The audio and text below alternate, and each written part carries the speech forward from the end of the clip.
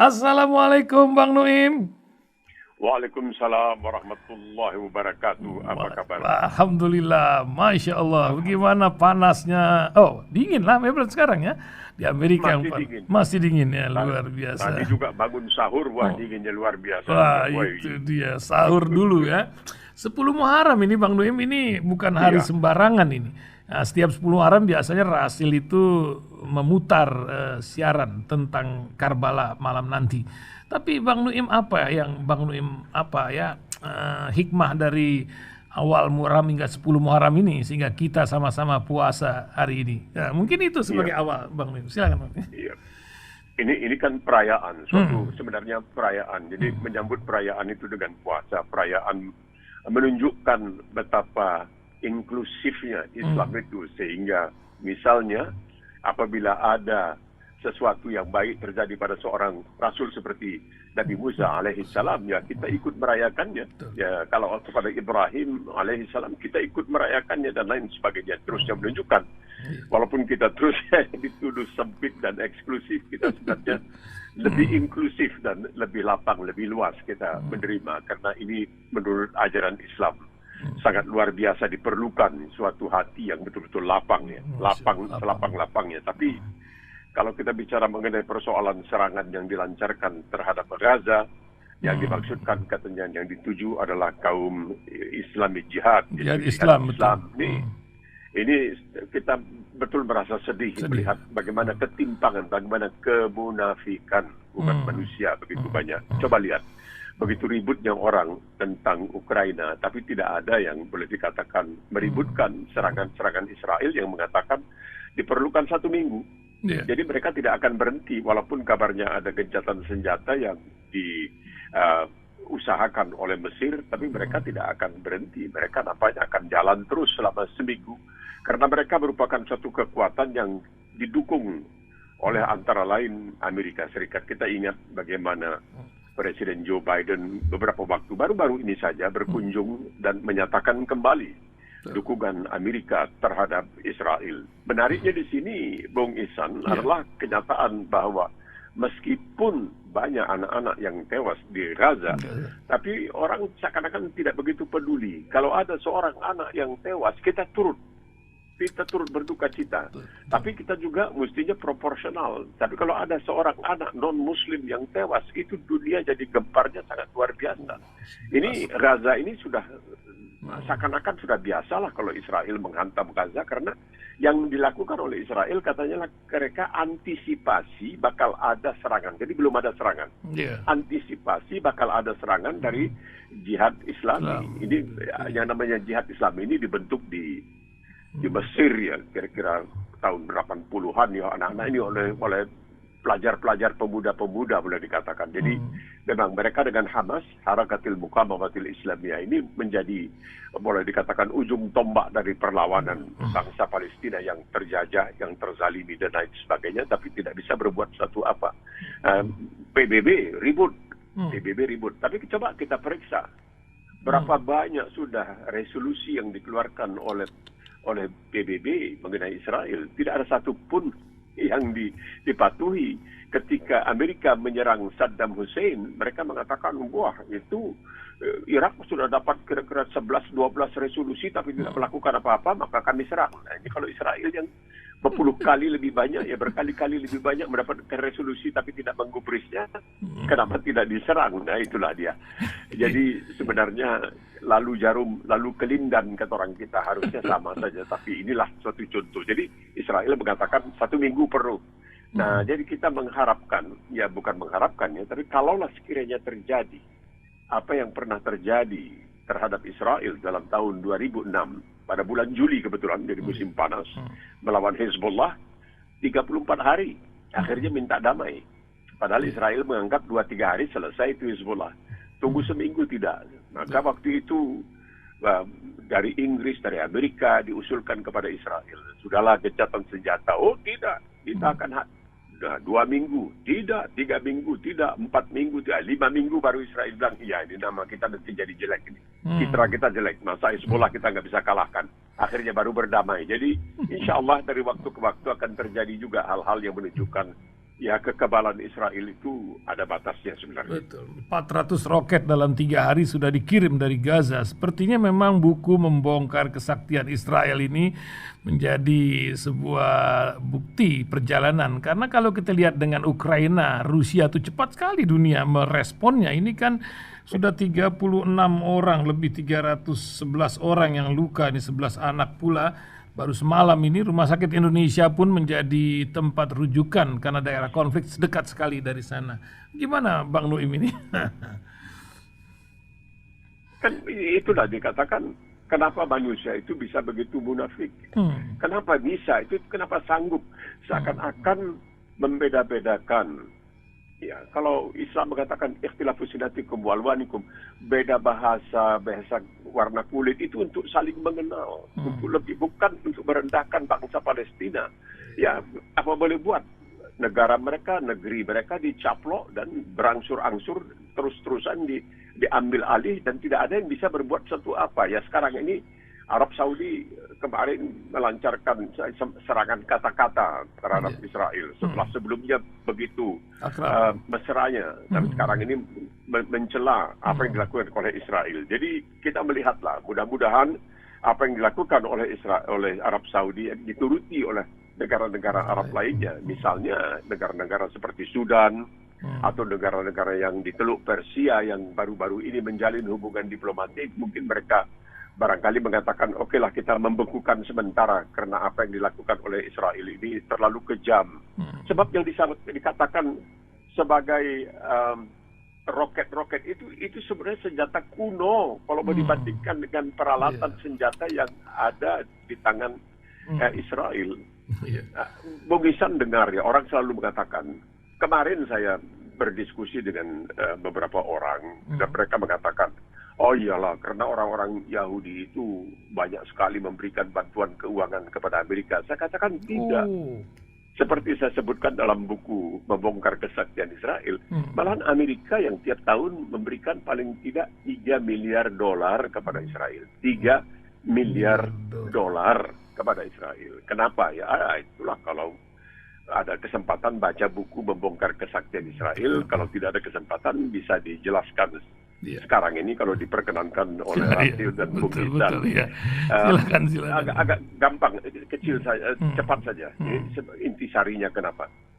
Bahwa di Amerika itu kalangan yang disebutkan Kristen Evangelis, ini Protestan, ini sangat kuat. Ya, mereka itu juga banyak. Ya dulu 70%, sekarang kabarnya mulai turun sedikit jumlahnya. 70% dari mereka itu yang kulit putih, yang Kristen Protestan itu menganut paham evangelikal. Jadi dalam anutan mereka itu, mereka percaya kepada suatu bab di dalam Bible namanya Revelation atau Wahyu. Ya, atau Wahyu itu judul bahasa Indonesianya. Di dalam Wahyu itu dikatakan bahwa kedatangan kembali Isa Al-Masih dengan menunggang kuda putih diiringi oleh 2 juta malaikat akan terjadi apabila seluruh umat Yahudi yang berada di permukaan bumi, yang sekarang jumlahnya tidak sampai 15 juta, telah berada di suatu tempat. Waktu itu Nabi Isa, Yesus kata mereka akan turun dan meminta atau menantang umat Yahudi, mau terima saya sebagai juru selamat atau tidak. Kabarnya 2/3 katanya tidak menerima. Yang 1/3 menerima Yesus sebagai juru selamat. Maka terjadilah pertempuran yang disebutkan di dalam agama Kristen Armageddon. Nah, orang Yahudi ini kalah. Kemudian Yesus bertahta selama 1000 tahun, barulah dunia ini katanya kiamat. Jadi bagi orang Amerika ini yang disebutkan end time, akhir zaman ini penting sekali. Penting, luar biasa pentingnya. Setiap buku yang ditulis mengenai akhir zaman, mengenai kiamat, itu lari luar biasa. Karena mereka sudah tidak sabar menunggu kedatangan kembali Yesus. Nah, ini membuat mereka terus-terusan memberikan bantuan kepada Israel, supaya Israel itu menjadi lebih megah, sehingga menjadi daya tarik yang luar biasa bagi seluruh umat Yahudi di seluruh permukaan bumi ini, sehingga mereka semua berduyun-duyun ke Israel, dan barulah terjadi pertarungan. Nah, Israel tahu, orang Yahudi tahu. Tapi mereka kalau Islam kan kita mengakui Isa abda Maryam alaihissalam. Dalam Al-Quran ada bab yang disebutkan Maryam, itu surat ke-19. Nabi Isa itu disebutkan 25 kali, Rasulullah tidak sampai 5 kali, dan lain sebagainya. Mereka tahu orang Yahudi. bahwa ini kepercayaan orang Nasrani, orang Kristen, tapi mereka tidak peduli. Ya, silakan aja kalian percaya, kalau dengan kepercayaan kalian itu kami bisa jaya. Nah ini yang kita tidak mengerti kenapa bisa terjadi. Nah itulah sebabnya Amerika itu semacam terbelenggu untuk terus mendukung Israel. Kalau ada yang sampai berani mengucapkan sesuatu tentang Israel yang negatif, itu bisa celaka kalau di sana. Karena mereka itu begitu tidak sabarnya untuk menunggu, sehingga ada suatu bukan desus lah, riwayat yang masih perlu dipastikan yang mengatakan bahwa Presiden John Kennedy itu pernah mengatakan kepada Israel, kamu tidak berhak untuk memiliki senjata nuklir. Banyak yang tidak tahu barangkali bahwa Israel itu punya senjata nuklir yang sangat luar biasa, meskipun itu berlawanan dengan Non-Proliferation Treaty, yaitu perjanjian larangan penyebaran senjata nuklir. Tapi mereka tidak peduli, karena mereka Israel, mereka kebal, mereka bisa melakukan apa saja yang mereka kehendaki tanpa ada yang bisa atau berani untuk mencegahnya. Nah, jadi ketika itu katanya Presiden Kennedy mengatakan, hancurkan, kamu tidak berhak untuk memiliki senjata nuklir karena ada perjanjian larangan penyebaran senjata nuklir. Kita tahu apa yang terjadi dalam bulan November tahun 1963. John Kennedy diasasinasi, ditembak mati. Nah, ketika Barack Obama ditanya juga tentang senjata nuklir Israel, Barack Obama mengatakan tidak bersedia memberikan komentar. Menunjukkan betapa hebatnya Israel itu. Ya, kita iri hati juga ya, bagaimana sebuah negara kecil bisa begitu berkuasa di dunia ini. Iya, memang luar biasa. Kemarin disorot itu di Jepang, di Hiroshima peringatannya, dan ternyata nuklir ini masih banyak di berbagai tempat. Nah, kita lewati nuklir dulu Bang Dim, karena memang perang ini Ukraina membayang-bayangi itu, dan juga di geopolitik di Taiwan ini menjadi luar biasa hari-hari ini. Apa yang Bang Dim lihat ini, dunia sedang berubah. Pak Jokowi bilang tahun ini suram, tahun depan gelap katanya. Waduh, ini cemana ini katanya. Kemana arah bincang ini Pak Bang Dim lihat memang ini benar ya. Kalau dalam keadaan sulit seperti ini, barangkali tidak banyak diberitakan. Di Amerika sekarang ini cukup menggemparkan tentang 4 orang Muslim yang sudah diasasinasi di daerah New Mexico, negara bagian New Mexico di Albuquerque. Itu 4 orang. Jadi yang menariknya itu salah seorang bernama Muhammad. Jadi ditembak, abangnya bernama Hussein. Mengaku kepada media di Amerika, mengatakan dia sebenarnya ingin sekali mengirimkan kembali jenazah adiknya ke Pakistan untuk dimakamkan di sana. Tapi katanya begitu banyak katanya luka tembak sehingga tidak lagi bisa dikenali wajahnya karena luka tembaknya, mengingatkan kita kepada Brickball di Johannes. Nah, tetapi ini katanya karena keadaan memang sudah mulai berat, perekonomian sudah berat di Amerika, dan ini membuat orang mencari seakan-akan siapa yang bisa dikatakan yang bersalah terhadap soal ini. Untuk sementara di Amerika dianggap katanya di negara bagian seperti New Mexico, wah ini gara-gara Muslim ini. Ini semua gara-gara Muslim dan lain sebagainya. Tapi kemudian kita lihat ketegangan dunia ini gara-gara siapa? Ini Nancy Pelosi. Nancy Pelosi ini orang ketiga secara hierarkis ya, dari segi ketatanegaraan di Amerika, segi konstitusi, dia orang ketiga. Biden, Kamala Harris.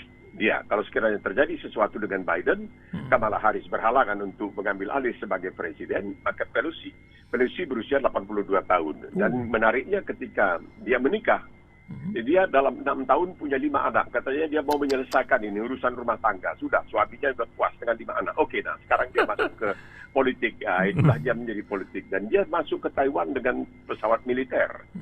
Ya, dan dikawal di laut dengan kapal-kapal perang Amerika. Tetapi kunjungan itu dikatakan kunjungan muhibah, kunjungan damai. Ya, Tiongkok tentunya merasa tidak enak karena sebagai negara yang sekarang punya kekuatan, Tiongkok seakan-akan tidak dipandang sebelah mata, dan Amerika berulang kali mengatakan bahwa kalau sampai Taiwan diserang oleh Tiongkok, maka Amerika akan turun tangan. Padahal Amerika mengakui bahwa Taiwan itu merupakan bagian dari Tiongkok. Jadi di sini menjadi kita lihat dia mengakui sebagai bagian dari Tiongkok, tapi dia tidak ingin kalau Tiongkok mempersatukan kembali Taiwan. Nah, itu satu persoalan.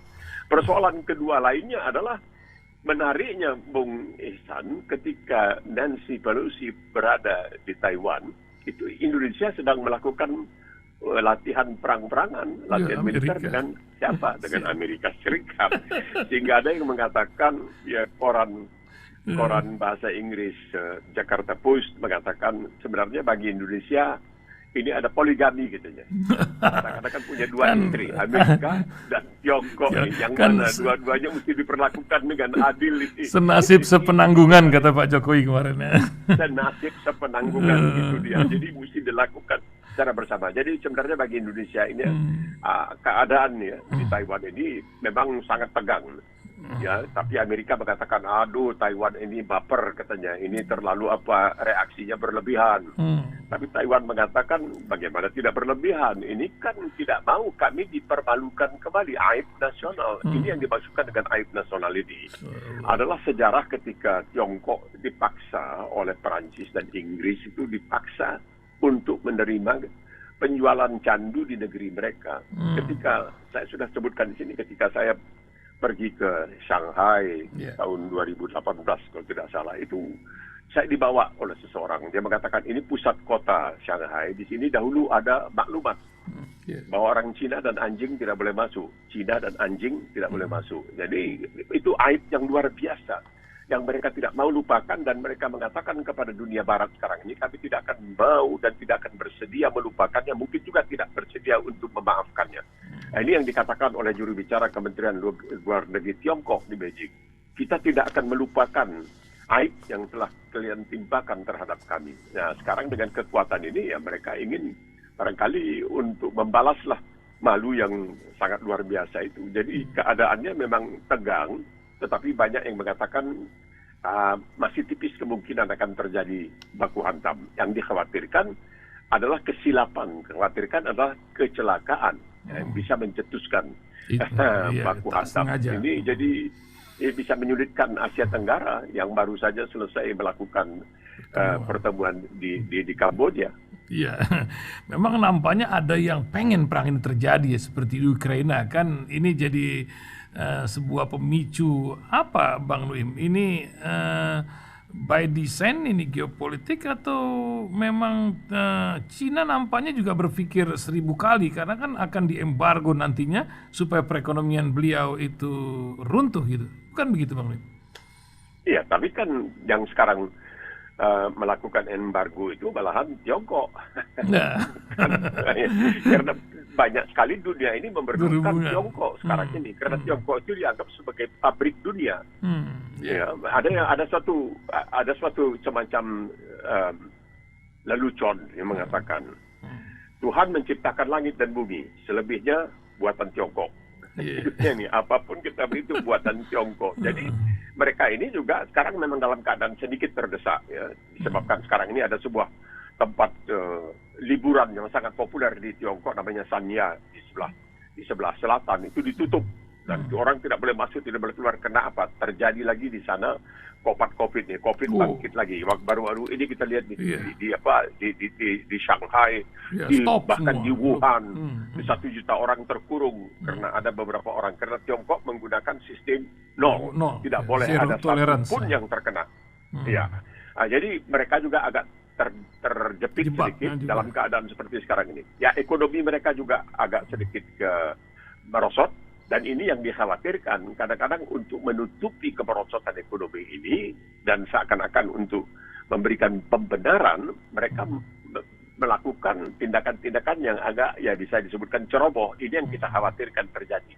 Mudah-mudahan tidak sampai terjadi. Tapi ini panas sekali, keadaannya sudah sangat panas antara Tiongkok dengan Amerika. Nah, masalahnya sekarang ini ada yang mengatakan, apakah Tiongkok setelah melihat bahwa Ukraina itu lebih dari 160 hari tidak juga bisa ditundukkan, tidak bisa ditaklukkan oleh Uni Soviet, oleh Rusia yang punya kekuatan militer sangat luar biasa. Apakah Tiongkok berani masuk ke Taiwan? Banyak pengamat yang mengatakan bahwa kemungkinan perlawanan oleh Taiwan, meski dari segi persenjataan sangat luar biasa, mungkin dari segi tenaga, dari segi personil tidak sehebat seperti orang-orang Ukraina melawan Rusia. Nah, ini banyak yang mengatakan begitu.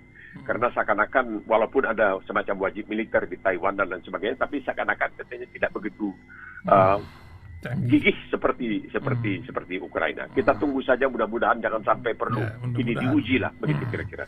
Ya, mudah-mudahan. Nah, Bang Nuim, ini ada kisah berita tadi saya bacakan tentang kambing, Bang Nuim. Ternyata merupakan hewan yang cerdas sehingga mudah belajar dari pemiliknya.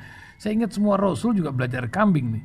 Nanti juga berhubungan dengan yang di Indonesia nih, banyak kambing hitam ini. Belum lagi cerita Verdi Sambo ini yang ramai kali ini, hari-hari ini. Gimana Bang Nuim ini cerita dari awal kambing dulu, Bang? Silakan Bang Nuim. Ya, iya, memang kan kambing ini sebenarnya dianggap aneh ya. Di Indonesia itu banyak sekali, terutama kalangannya itu kaum perempuan yang semacam jijik begitu makan kambing. Jadi sampai di luar negeri, mereka misalnya ke Australia, di mana Australia ini terkenal dengan daging dombanya dan sebagainya. Itu ada daging domba itu, ada domba khusus itu harganya bisa sampai $100, hampir 1 juta rupiah 1 kilo ya. Karena saking ya. Karena apa? Karena domba dan kambing ini lebih sedikit kolesterolnya. Ya, dibanding dengan misalnya sapi. Kalau dengan orang yang non Muslim barangkali babi, ini kambing ini sangat kecil kolesterolnya, dan ini memang merupakan praktis ya, makanan yang praktis karena ketangguhannya. Kambing ini punya ketangguhan yang sangat luar biasa. Dia bisa naik ke gunung, naik ke pohon, naik ke mana-mana. Ini yang tidak pernah disadari karena kita tidak melihatnya di Indonesia seperti itu. Tapi kalau di Australia ini kambing itu dibawa dulu oleh orang-orang Afgan ketika mereka datang untuk membantu Australia membuka jalur hubungan antara selatan dengan utara.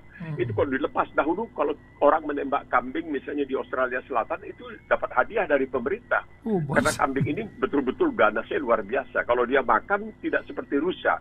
Rusa itu makan pucuk-pucuknya saja, nanti tumbuh kembali. Kalau kambing dia sikat semua habis. Jadi memang kambing ini punya keistimewaan. Dan banyak orang di Indonesia itu takut makan kambing karena antara lain mengatakan ini bisa menyebabkan darah tinggi. Saya bertanya kepada seorang dokter di Medan. Dia baru pulang dari Amerika melakukan melakukan pendidikannya. Dia sudah dokter di Indonesia ke Amerika untuk melanjutkan. Ketika dia kembali, saya jumpa dia, saya tanya, Pak Dokter, apa benar nih kambing bisa menimbulkan darah tinggi? Ya kalau sama abang, saya bilang tidaklah bang. Tapi kalau saya bilang sama pasien saya bahwa kambing tidak berbahaya, habislah pasien saya. Pasien bilang, apa itu dokter? Masa dia bilang kambing tidak berbahaya? Nah, kita itu masih percaya kepada tahyul. Kita percaya kepada tahyul. Dan kambing ini memang betul. Dia luar biasa. Dia luar biasa dibandingkan dengan hewan-hewan lain. Dia lebih cepat memposisikan, menyesuaikan dirinya. Kalau kita lihat, dia lebih cepat menyesuaikan dirinya. Dan dia punya kelebihan yang saya salut luar biasa. Ketika saya menjadi TKI gelap di Arab Saudi itu, saya pelihara seekor kambing betina. Nah, di sana kambing betina itu mesti dikasih pakai kutang gitu. Kalau kan nanti susunya dicuri orang. Itu saya kasih makan saban hari, kasih kertas. Kasih kertas makannya. Seminggu sekali berikan rumput kering. Tapi susunya saban hari itu 1 botol gitu kira-kira. Itu luar biasa. Jadi kambing ini memang ada keistimewaannya karena begitu tangguhnya di alam yang begitu gersang. Dan dia seperti unta, seperti halnya dengan unta. Dia juga, tapi tidak sehebat seperti anjing. Anjing punya kelebihan dibanding dengan kambing. Tapi begitulah kambing. Cuma dia tidak termasuk di dalam kalangan intelektual. Karena apa? Begini, kalau boleh saya ceritakan sedikit. Sekian tahun yang lalu Universitas Nasional Australia menugaskan 3 orang ilmuwan dari India dan dari Tiongkok untuk melakukan penelitian terhadap lebah. Ya, ini yang disebutkan an-nahl. Mereka melakukan penelitian selama 2 tahun dan kembali dengan mengatakan sesungguhnya ini kesimpulan mereka. Lebah itu adalah kaum intelektual di dunia haiwani. Lebah itu adalah kaum intelektual di dunia haiwani. Jadi yang paling intelek itu bukan tidak disebutkan, tapi lebah. Kenapa dia paling intelektual? Menurut ilmu pengetahuan duniawi, ya, bukan ukhrawi. Ya, karena Allah SWT mengatakan wa auha rabbuka ilan nahl. Kami memberikan wahyi, kami mengajari lebah itu untuk bisa menjadi intelektual. Maka di Australia dikatakan lebah itu intellectual in the animal kingdom. Di dalam dunia haywani, dia yang paling intelek. Karena Al-Quran mengatakan, wa auha rabbuka ilan nahal. Sesungguhnya Tuhan Allah kamu telah memberikan wahyi, auha, itu pelajaran. Kata Iqbal dari India, bukan wahyi tapi pelajaran. Ya apalah namanya pokoknya. Ada perlakuan khusus terhadap lebah di dalam Islam. Jadi hampir 1.500 tahun yang lalu sudah dikatakan bahwa memang lebah ini luar biasa. Baru beberapa dalam abad ke-20 umat manusia mengetahui lebah ini adalah kaum intelektual di dunia haywani. Ya, luar biasa memang. Nah, tadi kambing hitam bagaimana Bang Nuim? Karena ini urusan berada ini sama brigda macam-macam lah. Tentu Bang Nuim lihat nih, benar kata Bang Nuim, Jumat kejadiannya, Senin kita bincang, jangan dulu ngomong begitu. Ini ada cerita lain, nanti terungkap kejadian gitu. Gimana Bang Nuim? Waktu itu Rasil menggunakan istilah baku tembak. Iya, betul. Banyak orang yang tidak suka itu karena seakan-akan mereka dikibuli karena itu tidak masuk akal baku tembak. Dan barangkali kesilapan ya, kalau bisa kesilapan itu adalah larangan kepada keluarga untuk membuka peti mayat. Itu menimbulkan kecurigaan yang sangat luar biasa karena biar bagaimanapun itu biasanya kita melihatlah yang kalau di dalam agama kita, dalam Islam, dikafani, sebelum dikafani, kita melihat, ya ini dia, kita kadang-kadang ya melihat wajah dan lain sebagainya. Dan itu kan seakan-akan tidak dimungkinkan. Jadi kalau ini sampai betul-betul terbongkar betul-betul, jadi jangan seperti barangkali kilometer 50 ya, itu yang masih banyak menyimpan cerita. Kalau ini terbongkar, ini merupakan suatu kesempatan bagi Polri untuk betul-betul melakukan pembenahan sehingga mengembalikan kepercayaan mayoritas rakyat Indonesia kepada integritas Bayangkara, integritas Polri. Karena ini ceritanya begitu bersimpang siur ke sana kemari dan luar biasa. Padahal ini kasus yang menurut sementara orang adalah sesuatu yang dapat dengan mudah diatasi. Tapi jangan sampai tempat kejadian perkaranya dionari sampai tempat itu dibuat jadi hilang bukti-bukti yang ada. Jadi menurut koran The Straits Times dari Singapura ketika melaporkan hal ini, mereka mengutip seorang ahli kriminologi dari Universitas Indonesia bernama Muhammad Mustafa kalau saya tidak salah. Dan dia mengatakan, Muhammad Mustafa mengatakan, kalau katanya mendengar laporan-laporan tentang kebabak beluran atau luka-luka yang diderita oleh Brigpol Y, maka ini adalah perbuatan seorang manusia. Dia menggunakan bahasa Inggris enormous anger. Anger itu artinya murka. Enormous itu besarnya luar biasa. Jadi kemurkaan yang sangat-sangat luar biasa. Kemurkaan yang sangat-sangat luar biasa yang bisa mendorong seorang manusia untuk melakukan apa yang telah terjadi pada diri Brigpol Yohanes. Nah, ini yang perlu, siapa itu orang yang punya angkara murka yang sampai begitu dahsyatnya sehingga melakukan perbuatan yang begitu kejam, begitu buasnya. Itu tidak ada kata lain kecuali barangkali buas dan ganas. Nah, itu barangkali betul yang dikatakan oleh kriminolog dari Universitas Indonesia Muhammad Mustafa. Ini dicetuskan oleh orang yang punya angkara murka yang sangat luar biasa, enormous anger. Nah, apa yang menyebabkan angkara murka ini? Ini yang perlu kita ketahui. Nanti insya Allah mudah-mudahan memang terbuka di pengadilan akan terungkap semuanya. Jadi tidak hanya ditutup-tutupi. Mudah-mudahan ini terjadi karena ini penting. Ini penting bagi kita karena Polri itu adalah pengayom, pelindung dan lain sebagainya. Kalau kita tidak bisa percaya lagi kepada mereka karena mereka misalnya tidak menjelaskan sesuatu kejadian dengan terus terang, ya itu bisa merugikan Polri itu sendiri. Iya betul nih. Banyak juga pendengar kita ini. Semoga nama Polri ini marwahnya dapat terjaga terus gitu. Terakhir Bang Nuim sebagai penutup di Muharram ini, ingatan Bang Nuim buat seluruh pendengar radio Silaturahim. Silakan Bang Nuim. Inilah pentingnya kita terus dikawal terus.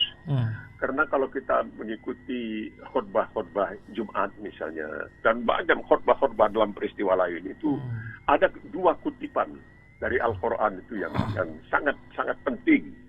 Ya ayyuhalladzina amanu taqullaha haqqa tuqatih wa la tamutunna illa wa antum muslimun. Jangan kamu mati kecuali dalam Islam sebagai seorang muslim. Wa la tamutunna illa wa antum muslimun. Yang satu lagi dikatakan ya ayyuhalladzina amanu taqullaha wa qulu qawlan sadida. Jadi perkataan wa qulu qawlan sadida ini oleh Muhammad Assan, yang seorang Yahudi dari Austria yang kembali ke Islam lalu menulis tafsir Al-Quran yang tebalnya hampir 1000 halaman, itu mengatakan waqulu qawlan sadida itu katakan sampai kebenaran itu muncul. Jadi tidak bisa ditutup-tutupi. Waqulu qawlan sadida itu penting sekali di dalam Islam itu. Tidak disembunyikan, tidak ditutup-tutupi. Insya Allah ini akan terjadi. Tapi kita itulah dia. Wala tamutunna illa wa antum muslimun. Jangan sampai kita wafat bukan dalam Islam, insya Allah. Insya Allah. Amin ya rabbal alamin. Terima kasih Bang Nu'im Hayat. Semoga selalu sehat dan semangat, bermanfaat untuk banyak orang. Assalamualaikum Bang Nu'im. Amin. Waalaikumsalam warahmatullahi wabarakatuh.